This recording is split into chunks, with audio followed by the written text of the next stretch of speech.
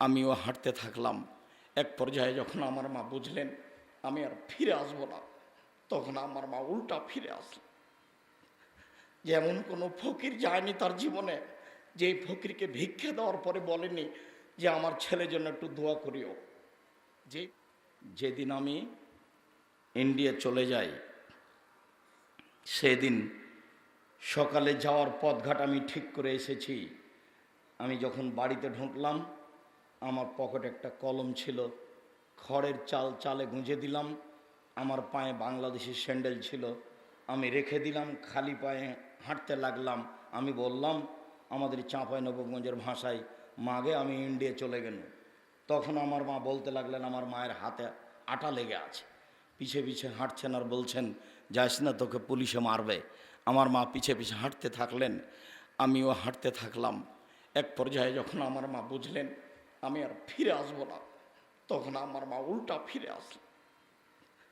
যেমন কোনো ফকির যায়নি তার জীবনে, যে ফকিরকে ভিক্ষা দেওয়ার পরে বলেনি যে আমার ছেলের জন্য একটু দোয়া করিও। যেই ফকিরকে পেয়েছে ভিক্ষা দেওয়ার পরে বলেছে তুমি আমার ছেলের জন্য একটু দোয়া করিও, আমার ছেলে বাইরে পড়াশোনা করে। আমার মা যখন বুঝলেন আর আমি ফিরে আসবো না, তখন আমার মা উল্টা ফিরলেন, অনেক পথ পিছে পিছে হাঁটলেন আর বললেন পুলিশে মারবে যাস না, পুলিশে মারবে যাস না, বর্ডারের ব্যাপার তো। আমার আম্মা ভয় করছেন। তো আমি বলি আল্লাহ তুমি আমার আমাকে মাফ করো, রব্বের হামহুমা কামা রাব্বায়ানি সাগীরা। তাদের ভালোবাসার অভাব ছিল না। আমার বাপ যখন আমাকে বিদায় দেওয়ার কিছু রাস্তা আগিয়ে এসে উল্টা ফিরতো, তখন আমি দেখতাম আমার বাপের দুই চোখের পানি ঝরঝর করে ঝরতো। আমার বাপ কাপড় দিয়ে চোখ মুছতো আর ফিরে আসতো। তার মানে আমার বাপ পাল্টা যখন ফিরে যাচ্ছে আমাকে রেখে, তখন তার পক্ষে এটা সহজ সম্ভব নয়। অনেক ইতিহাস জড়িয়ে আছে আমাকে পড়ানোর পিছনে। যেহেতু ভিন্ন দেশের ব্যাপার, অনেক কষ্ট করা লাগতো। 1000 টাকা হতো মাত্র 400 টাকা। তখন বাংলাদেশের টাকার দাম অনেক কম ছিল, ইন্ডিয়ার টাকার দাম অনেক বেশি ছিল। 1000 টাকা পরিবর্তন করলে মাত্র 400 টাকা হতো। সম্মানিত দিনী ভাই বোন, আজকে বাপ মায়ের কথা ভারী লাগছে। বাপ মা দুনিয়া থেকে বিদায় হয়ে গেলে আপনি প্রত্যেকটা কথার উপরে দুঃখ আফসোস করবেন, সেদিন আপনি কিছু করতে পারবেন না। সেদিন কিছু করার কোনো পথ থাকবে না। এমন কোনো পথঘাট নেই যেটাতে আপনি ওই কথা শুধরাতে পারেন, কোনো পথই নাই দুনিয়াতে। যার কারণে কোনোদিন বাপ মায়ের সামনে বড় কথা বলতে শিখবেন না, একবারে টোটালই না। ভাইয়ের পাল্লাতে পড়ে নয়, বোনের পাল্লাতে পড়ে নয়, বাপের পাল্লাতে পড়ে নয়। মুখ চিরদিনের জন্য বন্ধ। গালি দিলেও মেনে নিব, মারলেও মেনে নিব, যা বলছে সেটাই মেনে নিব। আমি শুধু ওই কাজটা করব না যখন আমাকে মা কোনো পাপের কাজ করতে বলবে, তখনই আমি আমার মায়ের কথাটা মানব না। মা এই কাজ করলে পাপ হবে, এটা আমি মার উপেক্ষা করতে পারি। এমন কোনো দুনিয়াতে আদেশ নাই যেটা আজ আমি মানব না। রাসূল সাল্লাল্লাহু আলাইহি সাল্লাম বলছেন ওয়ালা তাওকান্নামালে দাইকান আমারাকান তাখরাজ মিন আহলিকা মালেকা। তুমি তোমার বাপ মায়ের বিরুদ্ধে যেতে পারো না। তোমাকে যদি বউ তালাক দিতে বলে দাও, তোমাকে যদি চাকরি ছেড়ে দিতে বলে দাও, যা করতে বলে তাই করো, তুমি তার বিরুদ্ধে যেতে পারবে না। এই কথা মুহাম্মদ সাল্লাল্লাহু আলাইহি সাল্লাম বলেন। আমার আব্বার একটা কথা আমার মনে পড়ে বারবার, যে আমাকে বলছে যে বেটা পাঞ্জাবিটা ভারী লাগে। তো এই ভারী লাগে সেই কথাটা আমি বুঝতাম না। তা আমি এই কথাটা ভাবিনি কেন ভারী লাগে, পাঞ্জাবি এবার গায়ে ভারী হয়, পাঞ্জাবি কি গায়ে ভারী হয়? এখন তো দেখছি যে পাঞ্জাবি গায়ে ঠিকই ভারী লাগে। আমি এই কথাটা বুঝতে পারলে আমি 1 ঘন্টার মধ্যে পাঞ্জাবি পরিবর্তন করার চেষ্টা করতাম, কিন্তু আমি বুঝতেই পারিনি। আমার মা খুব বিশ্বাস রাখে যে আমি আব্দুর রাজ্জাককে যা বলবো তাই শুনবে। আজকে যদি চাকরি ছেড়ে আসতে বলি চলে আসবে চাকরি ছেড়ে, আজকে যদি বলি এই কাজ করতে হবে সেটাই করবে। আমার মায়ের বিশ্বাসের অভাব ছিল না। খারাপ মানুষ আপনার মা, আপনি হিসাব করে দেখেন, সকালে উঠে দেখবেন আমার মায়ের চেয়ে খারাপ এই বাড়িতে আর কেউ আছে তা আমার মনে হয় না। সব সময় যে আমার বউকে গালি দিচ্ছে, যা বলছে সবই যে উল্টা বলছে। আমাকে বলছে যে তোকে বের করে দেবো, তোর বউকে বের করে দেবো, তাই বলছে। আর সে গালি দিচ্ছে কিভাবে? আর আপনার ছেলের সাথে আপনার মায়ের ভালোবাসা নেই, আপনার বোনের ছেলের সাথে ভালোবাসা। অবাক। কালকে দেখবেন একটা মাছ কিনেন, বড় মাছ দিয়ে আপনার মাকে রান্না করতে দেন, এবার আপনার ছেলে আর আপনার বোনের ছেলে একসাথে খেতে বসুক, দেখবেন আপনার মা আর বড় মাছটার বড় টুকরা আপনার বোনের ছেলেকে দিচ্ছে। পরীক্ষা করে দেখেন। আপনার মাকে কালকে টাকা দিয়ে এসেছেন, আজকে খোঁজ নেন, দেখবেন আপনার টাকাটা আপনার বোনকে দিয়ে পাঠিয়ে দিয়েছে। আপনি তখন বলবেন ব্যাপারটা কি? আরে নুন খায় আমার আর গুণ গায় বোনের, এই কি মানুষ নাকি? জি, সব উল্টা। এরপরেও মুখ খুলতে পাবেন না, মুখ খুললেই জাহান্নাম, মুখ খোলাই নিষেধ। যা হবে হোক, মা উল্টা এ কথাই ঠিক, বাপ উল্টা এ কথাই ঠিক, আমাকে গালি দিচ্ছে এ কথাই ঠিক। একদিন তুমি ছিলে তোমার মায়ের কোলে, এখন তোমার মা তোমার কোলে। পেশাব করাবা তুমি, পায়খানা করাবা তুমি, গোসল দেওয়াবা তুমি, কাপড় বদলিয়ে দিবা তুমি, কাঁধে করে মেডিকেলে নিয়ে যাবা তুমি, গাও পরিষ্কার করে দিবা তুমি, কাপড় দিয়ে গাও মুছে দিবা তুমি। তোমার বউ করবে না কেন? তোমার বউকে তোমার মা গালি দেয়, গালি দেয় এ কথাই ঠিক। বুদ্ধি এখন কমে গেছে, গালি দিবে এ কথাও ঠিক। সে নিজেকে সামলাতে পারবে না এ কথাও ঠিক। নইলে আল্লাহর ইবাদতের সাথে সাথে বাপ মাকে আল্লাহ নিয়ে আসলেন কেন? বললেন যে পৃথিবীর মানুষ এক আল্লাহর ইবাদত করো, তার সাথে বিন্দু মাত্র শরীক করো না।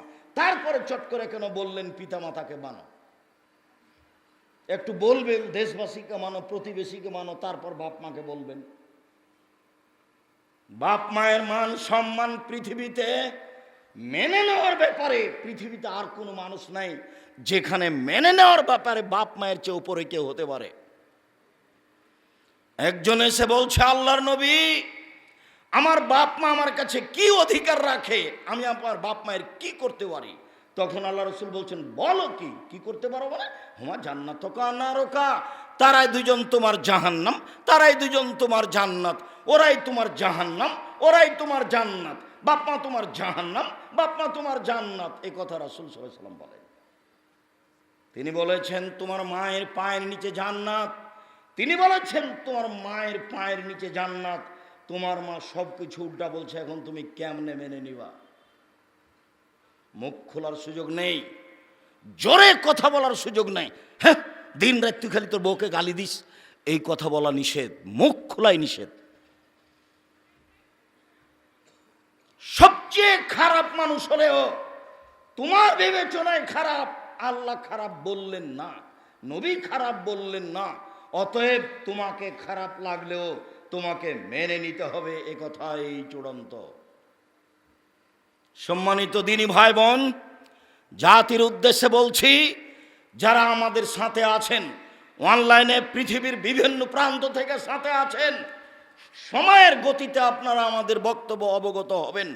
আমরা তাদের জানাচ্ছি, আপনার বাপ মাই হচ্ছে জান্নাত, এ কথাই ঠিক। আপনার মায়ের পায়ের নিচে জান্নাত, এ কথাই ঠিক। সব অন্যায়ের পরেও তার কাছে মাথা নত করে মেনে নিতে হবে, যেতে হবে, এ কথাই ঠিক। জোরে কথা বলতে পাবেন না, বলতে পাবেন না, আব্বা আপনাকে যে নিষেধ করলাম তবুও গেলেন কেন? জি না আব্বা, বাজারে ওখানে একটা মনে হচ্ছিল যে ঝামেলা, আব্বা আপনি যায়েন না। তা আব্বা আপনাকে তো আমি যেতে নিষেধ করেছিলাম, আব্বা মনে হচ্ছে যে যাওয়াটা ঠিক হয়নি, পরিবেশ তাতে। এর চেয়ে আপনি কথা বলতে পারবেন না বেশি। হ্যাঁ, তোকে নিষেধ করলাম তবু তো গেলি। চিরদিনের জন্য যারা সামনে আছেন তাদেরকে সতর্কবাণী পেশ করা হচ্ছে, জিন্দেগিতে আর কোনোদিন পিতামাতার নামে বাক্য মুখ খুলবেন না। মরার সাথে সাথে পুরো জীবনের কথা মনে পড়বে, আপনি প্রতিকার করতে পারবেন না। দুঃখের শেষ থাকবে না, আফসোসের শেষ থাকবে না। কেন আমি মাকে এই কথা বললাম, কেন আমি বাপকে এই কথা বললাম, কেন আমি একটু 10 টাকা হাতে দিলাম না, আমি তো সেদিন দিতে পারতাম, আমার আব্বা তো বলেছিল।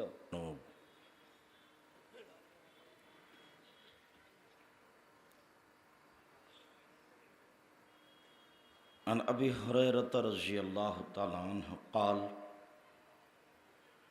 قال رسول الله صلى الله عليه وسلم لا يدخل الجنة من لا يأمن جاره بوائقه رواه البخاري ومسلم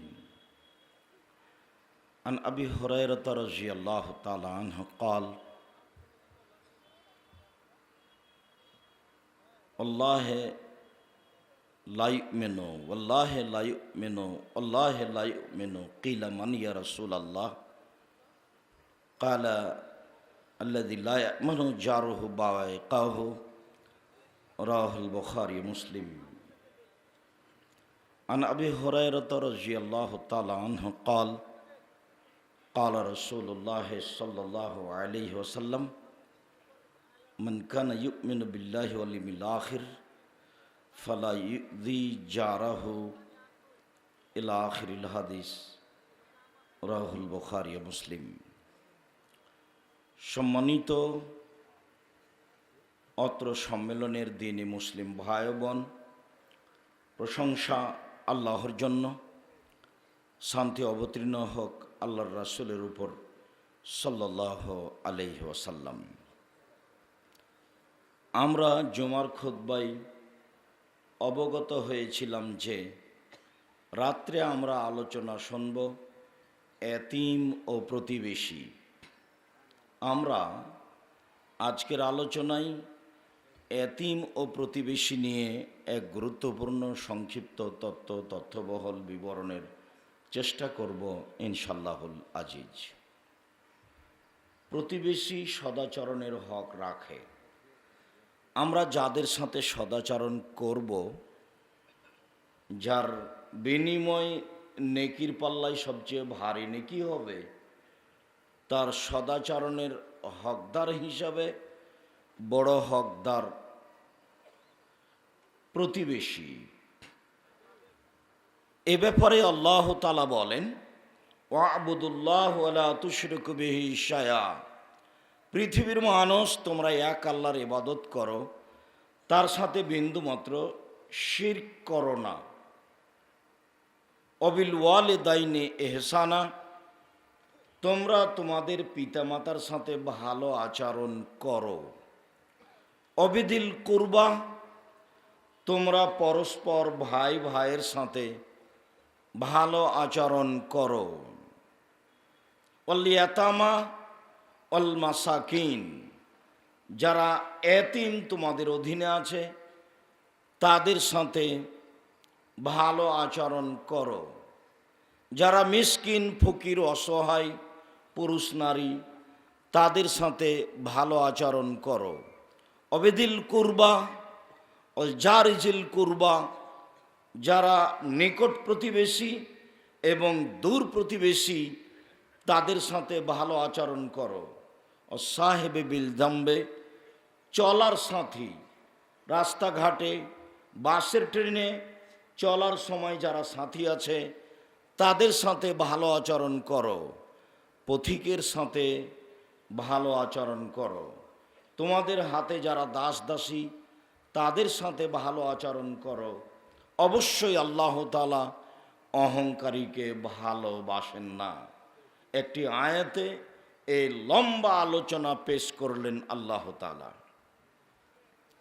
তার প্রথম আলোচনা হচ্ছে ওয়া'বুদুল্লাহ ওয়ালা তুশরিকু বিহি শাইআ, পৃথিবীর মানুষ তোমরা এক আল্লাহর ইবাদত করো, তার সাথে বিন্দুমাত্র শরীক করো না। এ ব্যাপারে আমরা বিষয়ভিত্তিক শিরকের উপরে লম্বা আলোচনা রেখেছি, সেখান থেকে স্পষ্ট হতে হবে। আজকের জন্য এতটুকু যে পাপের জগতে সবচেয়ে বড় পাপ হলো শিরক।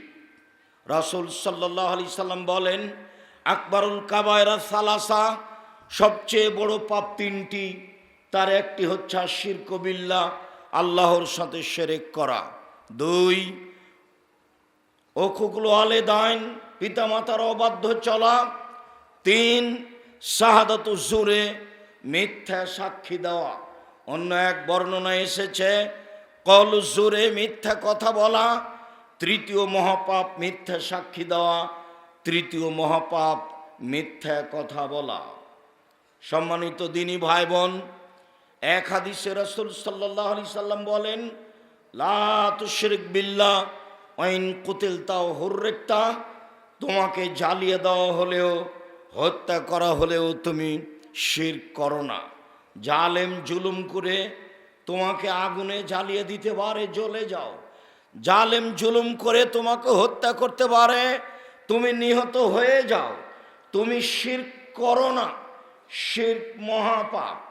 আনাস রাদিয়াল্লাহু তাআলা আনহু বলেন, একদা রাসূল সাল্লাল্লাহু আলাইহি সাল্লাম বললেন, আল্লাহ তাআলা বলেন, ইবনা আদম, হে আদমের সন্তান শোনো, মা দাওয়াতানি ওয়া রাজাউতানি, তুমি আমাকে যেভাবে ডাকো আমি সেভাবে থাকি, তুমি আমাকে যেভাবে ডাকো আমি সেভাবে থাকি। ফাস্তাগফারতানি গাফারতু লাকা ওয়ালা উবালি, তুমি আমার কাছে ক্ষমা চাইলে আমি তোমাকে ক্ষমা করে দিব। আমি পরোয়া করি না তুমি কত বড় পাপী, আমি পরোয়া করি না তুমি কত বড় পাপী। তুমি যেভাবে ডাকো আমি সেভাবে থাকি, তুমি যেভাবে আশা পোষণ করো সেভাবে আমি পূর্ণ করে থাকি। ইবনা আদম লাউ বালাগাত যুনুবুকা আনানাস সামায়ে, তোমার পাপ বেশি হতে হতে যদি আকাশে লেগে যায়, পাপ আর পাপ, ফাস্তাগফারতানি, এরপরেও যদি তুমি আমার কাছে ক্ষমা চাও, গাফারতু লাকা ওয়ালা উবালি, আমি তোমাকে ক্ষমা করে দিব। আমি পরোয়া করি না তুমি কত বড় পাপী, আমি পরোয়া করি না তুমি কত বড় পাপী, আমি পরোয়া করি না তুমি কত বড় পাপী। তুমি যেভাবে ডাকো আমি সেভাবে থাকি, তুমি যেভাবে আশা পোষণ করো সেভাবে আমি পূর্ণ করে থাকি। দুনিয়াবি কথা অত্র দুইটি বাক্য আল্লাহ তাআলা বললেন হাদিসে কুদসি। কিয়ামতের মাঠে আল্লাহ উপস্থিত হবেন, আল্লাহ বলবেন, ইবনা আদম লা আতাইতানি বিকুরাবিল আরদি খাতায়া সুম্মা লাকিতানি লা তুশরিক বি শাইআ লা আতাইতুকা বিকুরাবিহা মাগফিরা। পুরুষ নারী কিয়ামতের মাঠে সবাই উপস্থিত হবে আকাশ জমিন পরিমাণ পাপ নিয়ে। আল্লাহ তাআলা আদম সন্তানের সামনে আসবেন এই পরিমাণ ক্ষমা নিয়ে। আদমের ছেলে মেয়ে আকাশ জমিন পরিমাণ পাপ নিয়ে বিচারের মাঠে উপস্থিত হবে। আল্লাহ তাআলা এই পরিমাণ ক্ষমা নিয়ে উপস্থিত হয়ে বলবেন, আদম সন্তান শুনে রেখো, আজ তোমরা আকাশ জমিন পরিমাণ পাপ নিয়ে উপস্থিত হয়েছ, আমি আজকে তোমাদের সামনে উপস্থিত হয়েছি সেই পরিমাণ ক্ষমা নিয়ে। তোমার পাপ যত আমার ক্ষমা তত, তোমার পাপ যত আমার ক্ষমা তত, তোমার যেই পরিমাণ পাপ আমার সেই পরিমাণ ক্ষমা, তোমার যেই পরিমাণ পাপ আমার সেই পরিমাণ ক্ষমা। যদি শিরক না করে থাকো, শিরক না করলে পাপ আজ ক্ষমা হবে, শিরক থাকলে পাপ ক্ষমা হবে না, শিরক মহাপাপ। বাংলাদেশের মাটিতে ঝড় বৃষ্টি বিপদ সীমার উপর দিয়ে চলে বলে মানুষে বলে, বন্যা বিপদ সীমার উপর দিয়ে চলে বলে মানুষে বলে। আসলে বন্যা বিপদ সীমার উপর দিয়ে চলে এ কথা ঠিক নয়, বরং শিরক বিদআত বাংলাদেশের মাটিতে বিপদ সীমার উপর দিয়ে চলে। শিরকি মানুষের কাছে নেকির কাজ, বেদাতি মানুষের কাছে নেকির কাজ। যা লোকমান সাহেবে এক অংশে বলছিলেন তারই নাম সুন্নাত। আসলে ঘটনা এইভাবে এসেছে, যখন আল্লাহর নবীর সামনে সাহাবী দোয়াটি পড়লেন, দোয়াটি পড়তে পড়তে শেষ বাক্য বললেন, অবে রাসূলকে আল্লাযী আরসালতা, যে রাসূলকে আপনি পাঠিয়েছেন সেটা মেনে নিলাম। তখন আল্লাহ রাসূল তার বুকের উপর একটা গুতা মেরে বললেন, বলো অবে নবিয়কে আল্লাযী আরসালতা, বলো যে সেই নবীকে মেনে নিয়েছি যে নবী তুমি পাঠিয়েছ। রাসূল বলাটাই অপরাধ হয়ে গেছে। তার মানে দুয়াতে, জানাজার দুয়াতে শব্দের পরিবর্তন করা যাবে না। আল্লাহর নবী যেই শব্দ উল্লেখ করেছেন সেই শব্দই ব্যবহার করতে হবে। পুরুষ মাইয়াত মরা ব্যক্তি পুরুষ হোক আর নারী হোক তাতে আসে যায় না। রাসূলের দেওয়া শব্দ পরিবর্তন হবে না, যা ছিল তাই থাকবে। ঝুঁকে তু যেমন ছিল তেমন থাকবে, তারই নাম সুন্নাত মেনে চলা। মানুষ বেদাতকে মনে করবে নেকির কাজ, এ কথাই ঠিক। মানুষ শিরককে মনে করবে নেকির কাজ। মনে রাখা ভালো হবে, দুইটি কাজে মানুষ আল্লাহকে অপমান করে, রাসূলকে অপমান করে, মনে রাখা ভালো হবে দুনিয়াতে দুটি পাপের নিজস্ব ক্ষমতা আছে, অন্য পাপের নিজস্ব ক্ষমতা নেই। জেনা মহাপাপ, তোবা করলে ক্ষমা হবে, তোবা না করলে বিচারের মাঠের পাপের পাল্লায় উঠে যাবে, তার নিজস্ব কোনো ক্ষমতা নেই। কিন্তু শিরকের নিজস্ব ক্ষমতা আছে। শিরক করলে অতীতের নেকি নষ্ট হয়ে যায়, শিরক করলে আল্লাহকে খাটো করা হয়, শিরক করলে অতীতের নেকি নষ্ট হয়ে যায়, শিরক করলে আল্লাহকে অপমান করা হয়, বিদআত করলে ইবাদত কবুল হয় না, বিদআত করলে আল্লাহ রাসূলকে খাটো করা হয়, বিদআত করলে আল্লাহ রাসূলকে অপমান করা হয়। রাসূল বললেন একটা, আপনি করলেন আরেকটা, আল্লাহ বললেন একটা, আপনি করলেন আরেকটা। এই দুটা পাপের নিজস্ব ক্ষমতা আছে। যার একটা পাপের নাম শিরক আর একটা পাপের নাম বিদআত, দুটাই মানুষের ধারণায় নেকির কাজ। সম্মানিত দিনী ভাই বোন,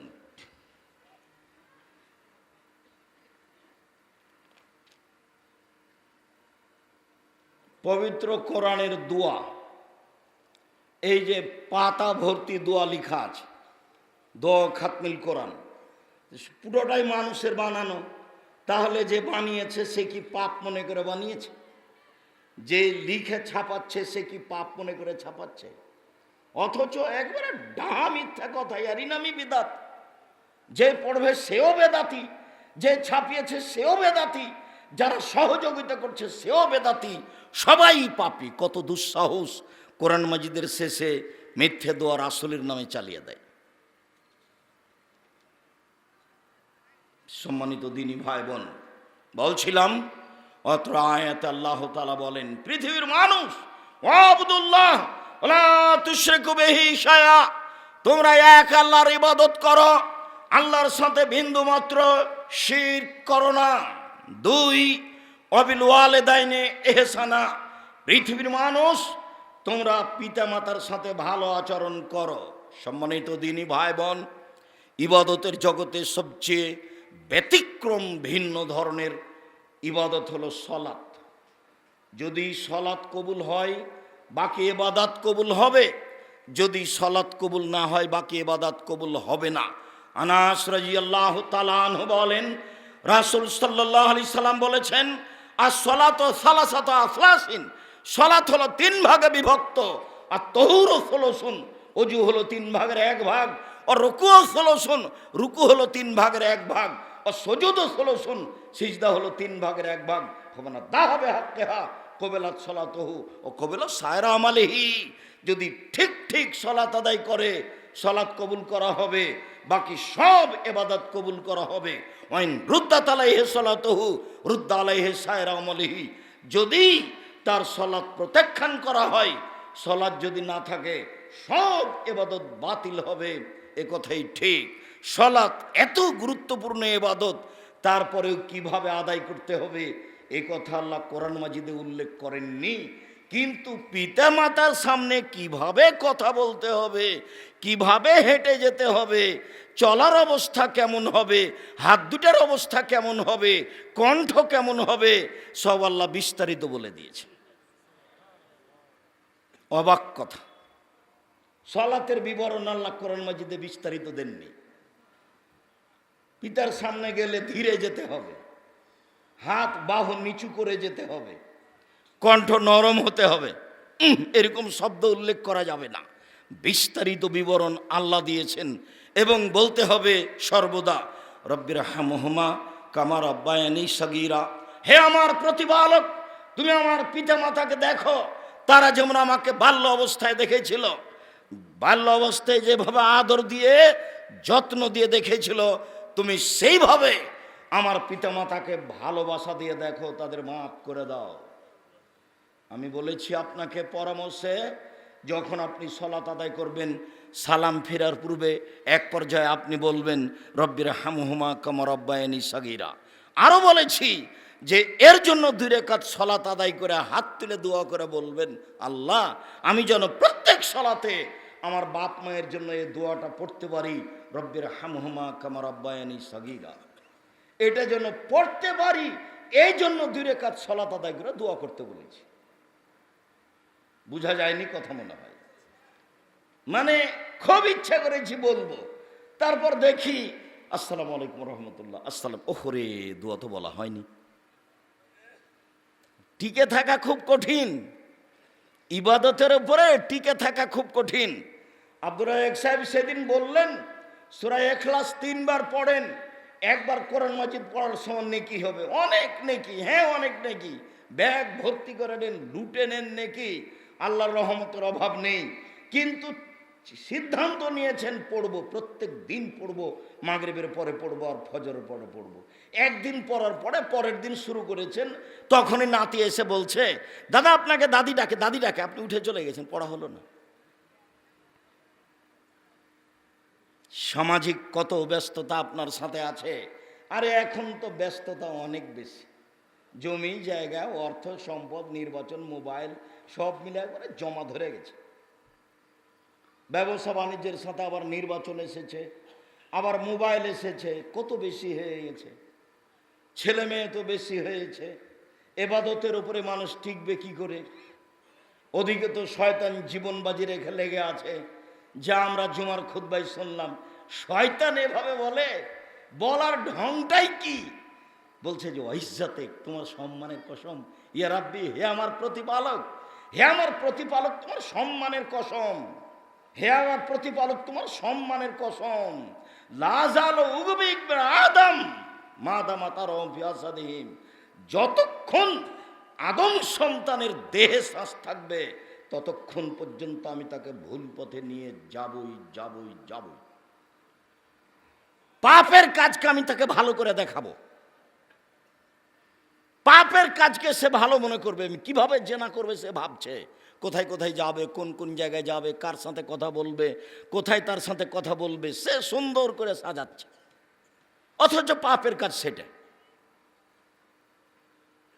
সেটাকে সাজাচ্ছে, শয়তান তাকে সাজিয়ে নিচ্ছে। আর সাজাচ্ছে এমন ভাবে মনে হচ্ছে যে এটা তার নেকির কাজ, সেভাবে মেয়েটা তার সময়কে সাজাচ্ছে।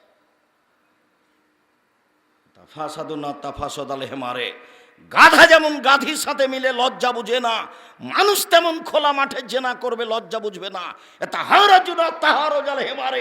গাধা যেমন গাধীর সাথে মিলে লজ্জা বুঝে না, ষাঁড় যেমন গাভীর সাথে মিলে লজ্জা জানে না, মানুষ তেমন খোলা মাঠে জেনা করবে, লজ্জা বুঝবে না। এই কথা মুহাম্মদ সাল্লাল্লাহু আলাইহি সাল্লাম বলেন।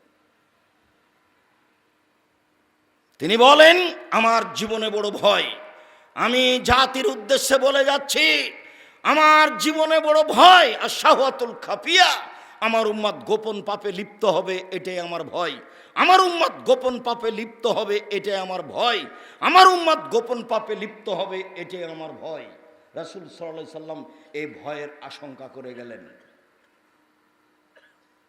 সম্মানিত দিনী ভাই বোন, বলছিলাম রাসূল সাল্লাল্লাহু আলাইহি সাল্লাম বললেন, 4 শ্রেণীর মানুষ জাহান্নামে যাবে। কোন? বাপ মাকে মানে না যে, 2 কাম্মার, জুয়া খেলে যে, 3 মান্নান, খোটা দেয় যে, 4 মদমেনুল খামর, নিয়মিত বিড়ি তামাক জর্দা সিগারেট গুল নেশাদার দ্রব্য খায় পান করে যে, এরা জাহান্নামে যাবে। এ কথা মুহাম্মদ সাল্লাল্লাহু আলাইহি সাল্লাম বলেন। তিনি বলেন 4 শ্রেণীর মানুষ জাহান্নামে যাবে। 1, কোন? বাপ মাকে মানে না যে।